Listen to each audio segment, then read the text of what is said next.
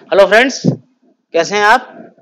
आज हम इस पर्टिकुलर वीडियो में ये जानने की कोशिश करेंगे कि मैन पावर हायरिंग कैसे की जाती है। हमारे पास बहुत रिक्वेस्ट आ रही थी कि मैन पावर हायरिंग के ऊपर एक वीडियो बनाइए, तो हमने कोशिश की कि एक वीडियो बनाएं जिसमें किस तरीके से मैन पावर हायरिंग की जाती है। मैन पावर हायरिंग के बहुत सारे ऑप्शंस अवेलेबल हैं जेम के ऊपर, तो हम इस पर्टिकुलर वीडियो में एक पर्टिकुलर टाइप की मैन पावर हायरिंग का जो ऑप्शन है उसको एक्सप्लोर करने की कोशिश करेंगे।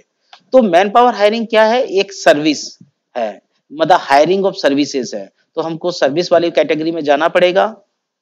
सर्विस वाली कैटेगरी में जब आप जाएंगे तो आप अपनी सर्विस सर्च कर सकते हैं। Let's say man power hiring. जब आप मैन पावर हायरिंग देखेंगे तो बहुत सारे ऑप्शंस आपके पास होंगे। सिक्योरिटी मैन पावर हायरिंग कर सकते हैं आप, मिनिमम वेजेस के बेसिस पे कर सकते हैं, आउटसोर्सिंग कर सकते हैं मैन पावर की, मैन डेज के बेसिस पे कर सकते हैं। अगर आपको कोई फैसिलिटी मैनेज करनी है, facility management service, facility management service में क्या आएगा? जैसे मान लीजिए आप एक हॉस्टल मैनेज कर रहे हैं, या आपका एक ऑफिस है जिसको आपको मेंटेन करना है, या आपका एक हॉस्पिटल है ना? तो इस तरह के जो प्रीमाइसेस हैं, जिस तरह की फैसिलिटीज हैं, अगर उसको आपको मैनेजमेंट करना है तो आपको बहुत सारी चीजें चाहिए होती हैं। मतलब मान लीजिए एक आप एक गवर्नमेंट ऑर्गेनाइजेशन में आप एक एजुकेशनल इंस्टीट्यूट चलाते हैं और आपको एक हॉस्टल मैनेज करना है। तो आपको हॉस्टल के लिए रिसेप्शनिस्ट चाहिए, हॉस्टल की क्लीनिंग करानी है, उसमें बेडशीट्स वगैरह साफ करवानी है। तो इस तरह का जब अगर कॉन्ट्रैक्ट करना है आपको, तो आपको फैसिलिटी मैनेजमेंट में जाना पड़ेगा। अगर आपको फाइनेंशियल सर्विसेज करना है तो man power for financial services है। आज हम इस पर्टिकुलर वीडियो में जानेंगे कि अगर फिक्स रेम्युनरेशन बेसिस पे हमको कोई मैन पावर हायरिंग करना है तो हम कैसे कर सकते हैं। तो हम इसको सेलेक्ट करते हैं। जब आप इसको सेलेक्ट करेंगे तो इस तरह का विंडो आपके पास आ जाएगा। आप कंसाइनी सेलेक्ट कीजिए। मान लीजिए कितने रिसोर्सेज चाहिए, आपको कितने पर्सन चाहिए, कितने एम्प्लॉइज या कितने जो आप जिस भी पर्टिकुलर पोस्ट के लिए कोई पर्सन को सेलेक्ट करना चाह रहे हैं, हायर करना चाह रहे हैं, तो कितने चाहिए। लेट्स से हमको 10 नंबर्स ऑफ पर्सन चाहिए। फिर आपको ये सेलेक्ट करना पड़ेगा कि आपको किस फंक्शन के लिए चाहिए। तो लेट्स से जैसे हमको एडमिन के लिए रिक्वायरमेंट हो सकती है अलग, देन इसके अलावा अदर रिक्वायरमेंट भी हो सकती है। इसमें अदर्स का भी ऑप्शन है।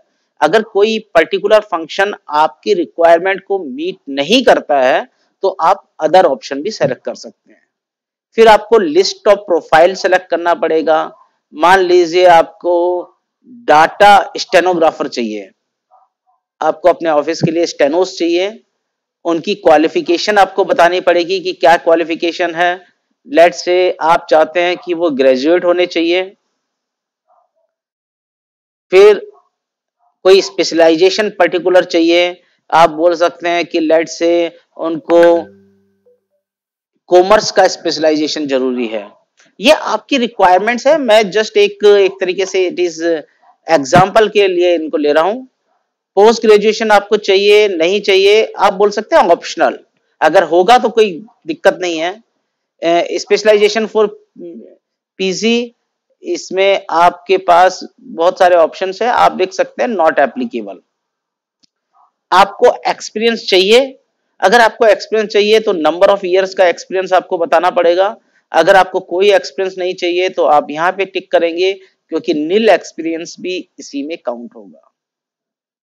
तो यहाँ जब आप इस तरह के ऑप्शन सेलेक्ट कर लेंगे तो आपके पास डिफरेंट सेलर्स जो कि अपना ऑफर प्रोवाइड कर रहे हैं वो यहाँ आने लगेंगे। लेकिन अभी आप इसको ऐड टू कार्ट का ऑप्शन आपके पास नहीं आ रहा है। यहाँ पे ऐड टू कार्ट का ऑप्शन तब आएगा जब आप ये वाली डिटेल्स भी भर देंगे। तो आपका कॉन्ट्रैक्ट कब से स्टार्ट करना चाहते हैं, तो आप इसकी एक डेट फिक्स कर लीजिए। लेट से हम ये contract 10th of the Feb से स्टार्ट करना चाहते हैं, क्योंकि इसको बिड ओपनिंग का टाइम चाहिए, फिर बिड हमको डिसाइड करना पड़ेगा। So we are taking 10th of the Feb. Contract end date, let's assume that कि हम ये कॉन्ट्रैक्ट 2 साल के लिए करना चाहते हैं। तो हमने इसको 10th फेब से 9th फेब 2015 तक के लिए कॉन्ट्रैक्ट कर दिया है। अभी आपसे पूछेगा tenure, duration of employment in months, तो हमारे पास टोटल 24 मंथ्स हो गए। बेसिक मंथली पे exclusive of GST, without including GST आपको बताना है कि आप कितना बेसिक पे देना चाहते हैं इस पर्टिकुलर सर्विस को, मतलब जो स्टेनोग्राफर आपने सेलेक्ट किया है उसका बेसिक सैलरी आप कितना देंगे। लेट्स अज्यूम दैट हम उनको 20,000 देना चाहते हैं। ये आपका मिनिमम वेज से ज्यादा हो सकता है, उससे कम नहीं होना चाहिए। आई होप कि ये आपको लीगल रिक्वायरमेंट पता होगी। तो आपकी ये जो मिनिमम बेसिक जो पे है उस पे हमने 20,000 लिखा। अब पीएफ, इसमें देखिए आपको डिफरेंट ऑप्शंस बनने होंगे। पीएफ कितना दोगे, ईएसआई कितना दोगे, तो ये कितना होता है, ये क्या होता है, इसकी जानकारी भी मैं इसी वीडियो में आपके साथ शेयर करता हूं। तो सबसे पहले ईएसआई क्या होता है। ईएसआई एक तरह से एम्प्लॉइज स्टेट इंश्योरेंस स्कीम है, जिसमें ये किसके लिए है, जो भी कॉन्ट्रैक्टर है या जो भी एस्टेब्लिशमेंट है, अगर उसमें 10 से ज्यादा एम्प्लॉय हैं तो इसके लिए कवर्ड है। क्या पर्पज है ईएसआई का। ईएसआई एक तरह से इंश्योरेंस स्कीम है कि जो कॉन्ट्रैक्ट लेबर्स हैं, कॉन्ट्रैक्ट वर्कर्स हैं या जो एम्प्लॉयज हैं, अगर उनको कोई दिक्कत आती है उनकी हेल्थ को लेके या उस मतलब उनको वो उनकी जो अर्निंग है वो नहीं कर पाएंगे, तो उसके लिए इंश्योरेंस प्रोवाइड करता है। इस इंश्योरेंस में जो ये है कि ये जिसका बेसिक सैलरी मतलब बेसिक प्लस डीए अगर 21,000 से कम है तो उसको के लिए ये कंपलसरी है, पर if it is more than 21,000 it is optional. And as per ESI act employee और एम्प्लॉयर दोनों को कंट्रीब्यूट करना पड़ता है। एम्प्लॉयर को 3.25% कंट्रीब्यूट करना पड़ेगा और जो एम्प्लॉय है उसको 0.75% कंट्रीब्यूट करना पड़ता है। मींस जिसका जो एम्प्लॉय है वो भी कंट्रीब्यूट करेगा, लेकिन मेजर पोर्शन मतलब around 3.25% of the basic plus DA जो है वो किसको देना है, एम्प्लॉयर को देना है। तो ये क्या हो गया, ये एम्प्लॉयर का एक्सपेंडिचर हो गया। अगर ये एम्प्लॉयर का एक्सपेंडिचर है तो जो कॉन्ट्रैक्टर आपको सर्विस प्रोवाइड कर रहा है उसको आपको ये देना पड़ेगा, क्योंकि वो अपनी पॉकेट से तो ये देगा नहीं, तो ये पॉइंट भी आपको उसमें ऐड करना पड़ेगा। इसको कैलकुलेट अगर करना है तो कैसे करेंगे, एक बहुत सिंपल कैलकुलेशन दी हुई है मैंने। अगर 20,000 किसी का बेसिक पे है तो एम्प्लॉयर का कंट्रीब्यूशन होगा 650 रुपीज और एम्प्लॉय का कंट्रीब्यूशन होगा 150। ये एम्प्लॉय का कंट्रीब्यूशन एम्प्लॉय की सैलरी से आएगा, इसलिए हमको इसके बारे में नहीं सोचना है। लेकिन ये कंट्रीब्यूशन जो है 650 ये एम्प्लॉयर का है, तो इसको हमको ऐड करना पड़ेगा। तो इसलिए हम इसमें जाके ईएसआई वाले पोर्शन में, क्योंकि ये मंथली पूछ रहा है, 650 रुपीज ऐड कर देते हैं। अब पीएफ क्या होता है, तो सिमिलरली अब पीएफ के लिए हम देखिए, तो पीएफ होता है हर एम्प्लॉय को, मतलब हर एम्प्लॉय और एम्प्लॉयर मिलके प्रोविडेंट फंड के अंदर 12% कंट्रीब्यूट करते हैं।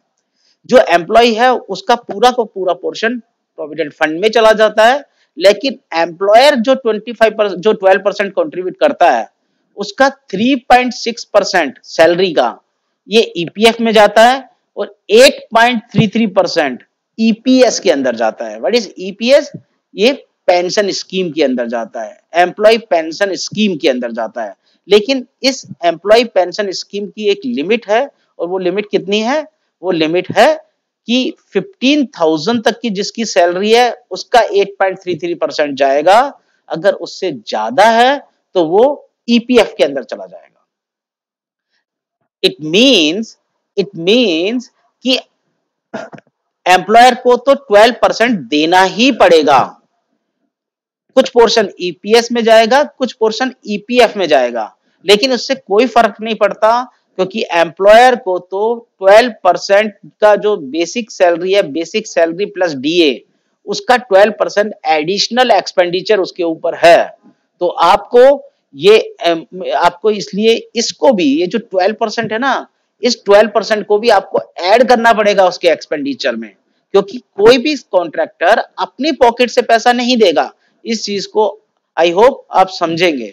तो हमको 12% मतलब 20,000 का 12% 2400 हमको हर महीने पीएफ के अंदर भी देना पड़ेगा।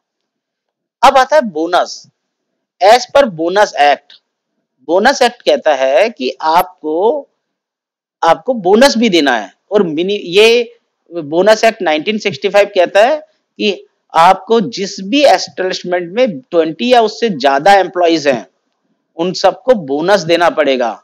और वो बोनस के लिए 21,000 जिसकी सैलरी है या उससे कम है उसको तो आपको बोनस देना ही देना पड़ेगा, अगर उसने उस फाइनेंशियल ईयर में 30 वर्किंग डेज कंप्लीट कर लिए हैं तो।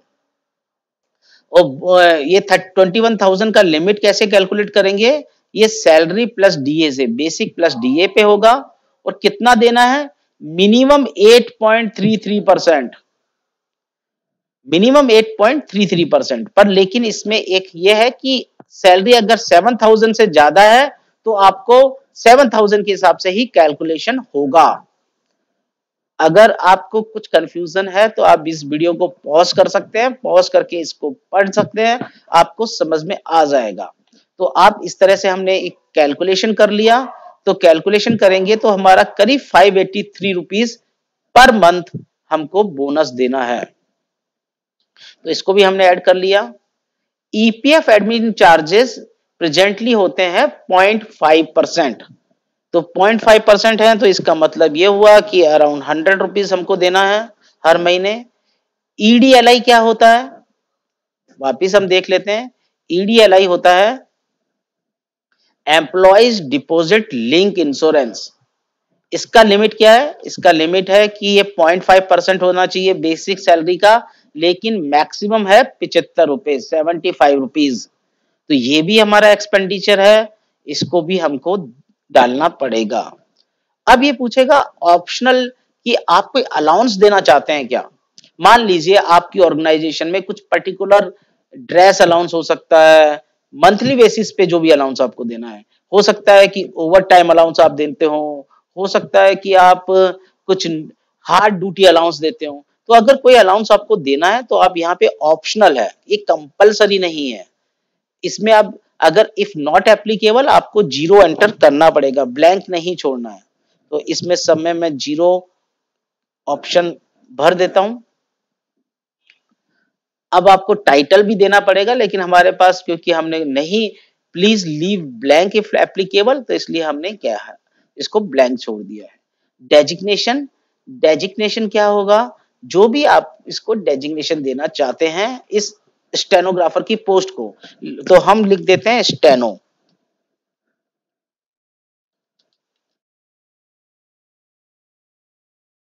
अब हम सर्च करेंगे।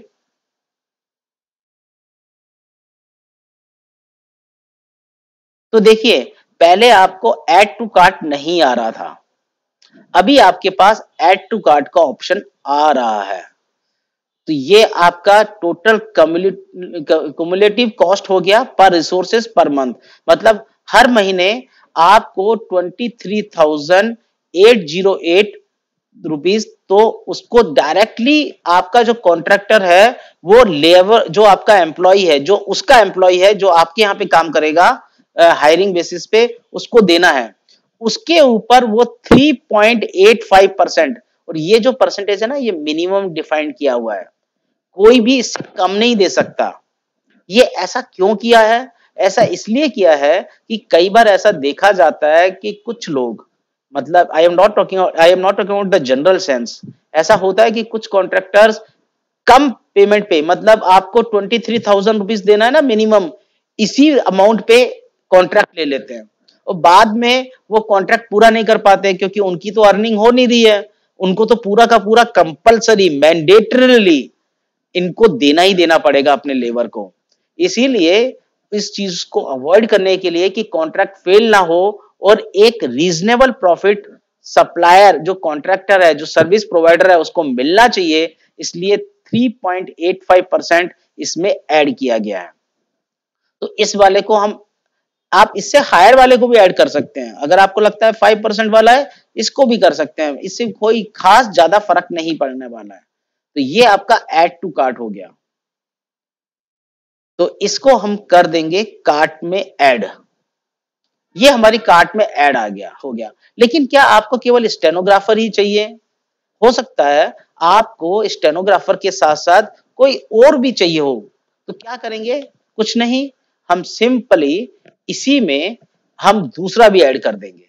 मान लीजिए अभी आपने स्टेनोग्राफर मांगे थे, अब इसको आप चेंज कर दीजिए कि हमको अब स्टेनोग्राफर भी चाहिए और डाटा एंड सेक्रेटरी भी चाहिए। लेट्स से आपके ऑफिस में आपको सेक्रेटरी चाहिए। कितने सेक्रेटरी चाहिए? हमको 5 सेक्रेटरीज चाहिए। आपने ओके कर दिया, ये हो गया। अब आप बाकी के ऑप्शंस, उनकी क्वालिफिकेशंस, उनका पोस्ट ग्रेजुएशन चाहिए कि नहीं चाहिए, ये सब आप इसके अंदर फिल कर सकते हैं, एक्सपीरियंस वगैरह। यहाँ पे सैलरी अगर आपकी चेंज करते हैं तो उस हिसाब से आप बाकी कंपोनेंट भी चेंज कर सकते हैं। और इसी तरीके से आप सेम तरीके से अब इसमें हम लिख देते हैं सेक्रेटरी।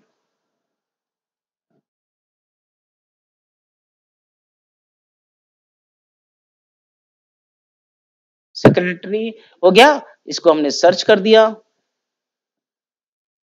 ये आपके पास दूसरा ऑप्शन आ गया। इसमें भी आप इसको ऐड कर सकते हैं, तो हमने इसको भी ऐड कर दिया।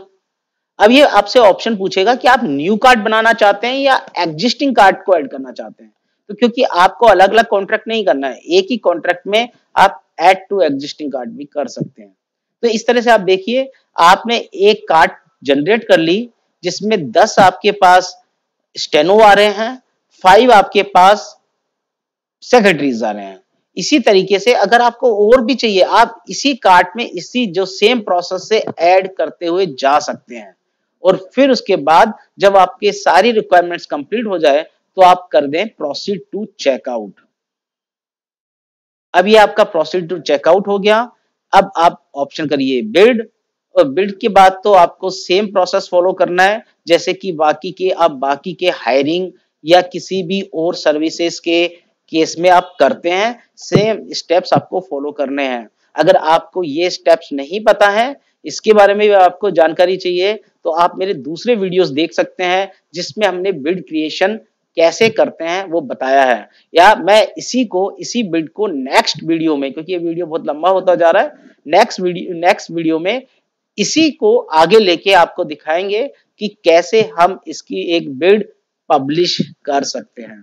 Thank you very much. I hope कि आपको ये वीडियो पसंद आया होगा। अगर आपको पसंद आया है, आप इसको लाइक कीजिए, सब्सक्राइब कीजिए और शेयर कीजिए जो भी आपके जिनको इस तरह की वीडियोस की रिक्वायरमेंट है। Thank you very much.